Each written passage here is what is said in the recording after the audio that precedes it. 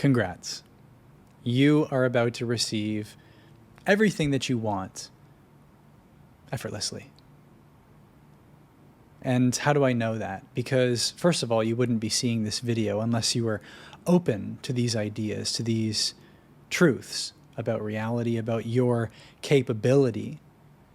And secondly, you wouldn't have even made it this far into the video, 30 seconds or so, if you didn't already know this on a deeper level. So this is nothing new. This is a reminder of what you already know, of what you've already experienced, what you're already worthy of. And that is that all that you desire is yours effortlessly, easily, without the need for struggle or hard work or hustle or compromise or overcompensation. It's through ease. It's through effortlessness. Because it's not about hard work. It's not about earning it. It's not even about deserving it. It's about claiming it. It's about assuming it. Because it's about belief. You see, in your mind, you have created this imaginary line. On one side of the line is what's possible, what's realistic, what you know to be true based on your perspective. And on the other side of the line is the unrealistic, the impossible, whatever you're deeming to be unbelievable. Okay? And to some extent, this has all been influenced by your upbringing and the programming of society and the conditions of the world that we live in. But it's all been reinforced through your experience as well, based on what you've experienced, what you have believed you're worthy of, and what you've managed to create, and the experience in all of that and how it's appeared to you. But that imaginary line is just, in the word, it's imaginary. It's not real. It's only there because you place an emphasis, you give significance to what is visible and what is invisible, and the value of each of those. One is tangible, one is natural even. The other is unnatural. Maybe it's miraculous, maybe it's unexplainable, maybe it's not possible. But all of that is rooted in belief. You see, let's say you want $1 million, or you want that perfect relationship, but you don't, on some level, feel worthy of it. Then you're going to create the reality where you need to earn that through effort and struggle and time and experience, building your belief up based on the evidence and the symbols that are projected into your reality, which can reinforce that growing, accumulating sense of worthiness within you. And at some point, when that has amounted to something that you equate to being worthy or deemed valuable enough so that that can be in your life, then so it is. But that's linear. That is old. It's outdated. It's frankly archaic. Because all that's really happening is that your belief system is adjusting based on your confidence, your conviction, your knowing. We have equated knowing, we have equated confidence to what we experience. Hence that saying, I'll believe it when I see it. And I've said this before, but actually, you will see it when you believe it. And you believe something when you know it to be true. When you know it from your direct experience to be true. But you see, we've created this backwards framing that until I see it, I can't believe it, because when I see it, I can know it. But all of that is coming out of your psyche to begin with. You only see what you believe is possible to be seen. Everything else will not appear. Therefore, you must examine your beliefs. You must investigate your mind. You must uncover the limitations which you are imposing upon your reality. Otherwise, everything that you want, everything that you say you desire, will always be on the horizon, and it will always take effort. You will need to earn it. You will need to struggle for it. But that's only based on your beliefs. It's not true in the sense of how it actually works as a mechanism. It's not the reality of it. It's just your reality of it because that's what you're creating. And so worthiness is one of the main factors. It's the feeling, it's the relationship you have with that desire. And the degree to which you feel worthy of that desire being here now will be the extent to which it's possible to manifest here and now. It will also be the extent to which you feel that you need to earn it or struggle for it. So when you can collapse that feeling of unworthiness or feeling like you're lacking it, feeling that you're unworthy of it, to zero, then it is here and now.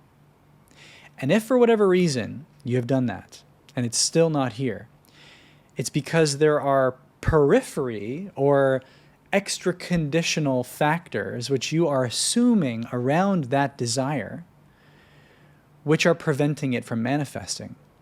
In other words, let's say you want $1 million or that special someone in your life, but around that desire, you have the assumption that if you were to receive $1 million overnight, for example, that maybe your friends and your family will be calling you, asking for money, or asking you how you got it, or telling you, explain to me how this works. And you, frankly, just don't know how to respond, or you don't want to give them money, or you don't know what to do about any of that. And so therefore, you're stressed, you're confused, you're uncomfortable.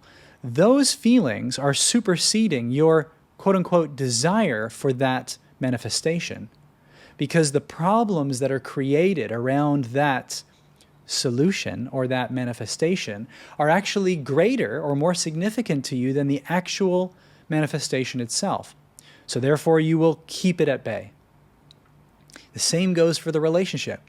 If you desire that special someone, that soulmate in your life, but around that desire, its periphery contain these assumptions, these expectations that maybe your time will now be overwhelmed with maybe conversations that you don't want to be having, or relational struggles that you couldn't be bothered with, or maybe your routine will be disrupted, or maybe your creative flow or your environment will have to change. And that's all the unknown, which you're anticipating, assuming, projecting around that desire. And all of that is uncomfortable. All of that is not what you want, then you will not manifest that desire. So basically, there are these unconscious assumptions surrounding our desires that unless they are reconciled, unless they are made conscious, unless they are deliberate and intentional, then we will prevent ourselves from manifesting what we want, because it's going to create more problem, more harm, more discomfort than it is going to create joy, ease, happiness. Fill in the blank, freedom. You see, if you want something, if you say that you desire something, but it's not here, it's because you don't actually want it. Ooh, that's a hard one to hear. And I know from experience. I know from experience the pain of that reality, but I know the truth of that statement. That is how this works, my friend. When you are worthy of what you say you desire, it is here. When you actually want it, not as a wanting and needing, a desperate feeling of needing that thing. That's that wanting energy. That's not what I'm talking about. What I'm talking about wanting, I'm referring to the feeling that it's already here, the feeling that you're worthy of it, it's absolutely effortless. And you see that imaginary line that we draw in our mind, which separates what we're worthy of and what we're not worthy of, what's possible or not possible, what's probable or likely or realistic, and what's just ridiculous. You see, that line is that sense of believability. It is the feeling that it's somehow able to be here and now. And it's the degree to which we actually want it and actually feel that we can experience it. Here's an example. The air that we breathe. You never have to think about or question whether there will be air to fill your lungs when you go to breathe. Even if you were to breathe in the greatest, deepest breath that you could possibly take in, there will always be more than enough air for you to intake. You don't have to think about it. You never have to question whether it's going to be there.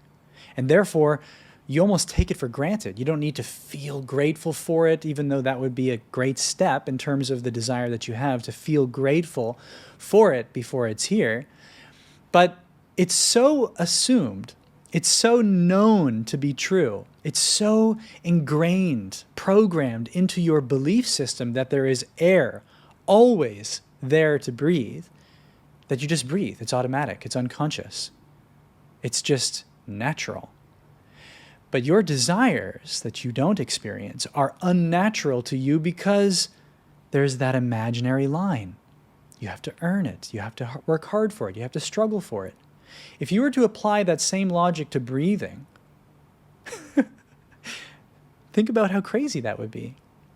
But when you make your desire as simple, as easy, as effortless as breathing, when it is so here and now and worthy of being here, when you are so worthy of it, when you don't have to question it, when you don't have to doubt it, when you don't have to even believe it because you just know it, that is when it appears all at once. Because you're not creating an imaginary line between your reality and that possibility. You're not creating resistance to it. And that is what I mean when I say claim it. That is what I mean when I say assume it. Assume it so deeply, so inherently, so innately to be here and now, right now, that there's just no possibility for it to not be here. Remove all interference, remove all doubt, remove all limitations within your mind, and so it will be. That is why this moment is worthy of celebrating, because you have the key. You hold the power to shift your reality without needing to earn it, without needing to learn it, without needing to do anything to deserve it. It is already your birthright. It is already your capability. But you must understand what you're placing within your reality, within your mind, within your expectations and belief system that's preventing it from being here now.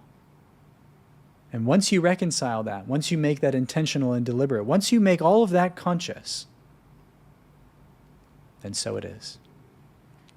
And this is a topic that we are going to be exploring deeply, that I'm going to be reflecting in really simple and effective ways with nice prompts and practices and intimate and relatable means, directly based on your experience, based on your challenges, based on your blind spots, all within my inner circle, which is a new mentorship that I've just announced, which has been open to my waitlist for a few days now, but which I'm now inviting you into because you've watched this video, because you're ready for it. Otherwise, you wouldn't be here. You wouldn't have made it to this point in the video. And if it's something that you're interested in, then comment manifest down below and I will send you more information about it. And I'll also send you my free masterclass so that you can practice exploring your mind and uncovering these blind beliefs, these unconscious assumptions, which are preventing you from just experiencing what you want here and now. And this Inner Circle mentorship is going to be starting up this month in December, this coming month. And it's going to be a limited group. There's only going to be up to 25 people. And once the first 25 people sign up, then I'm going to be closing the doors indefinitely. I don't know if or when I'm going to be opening it again. So if it's calling to you, then comment manifest down below. I'll send you the free masterclass and I'll send you information about this mentorship. And included in this limited time offer with this Inner Circle mentorship is going to be a free one-to-one 90-minute guidance session. So again, if you're watching this video, if you made it this far, then this is most likely for you. And if you are ready to step into it, then don't wait because these spots are going to fill up. And I think it's going to be a really accelerative and transformational experience if you are ready to take that leap of faith. So comment manifest down below and I'll send you all the information and details.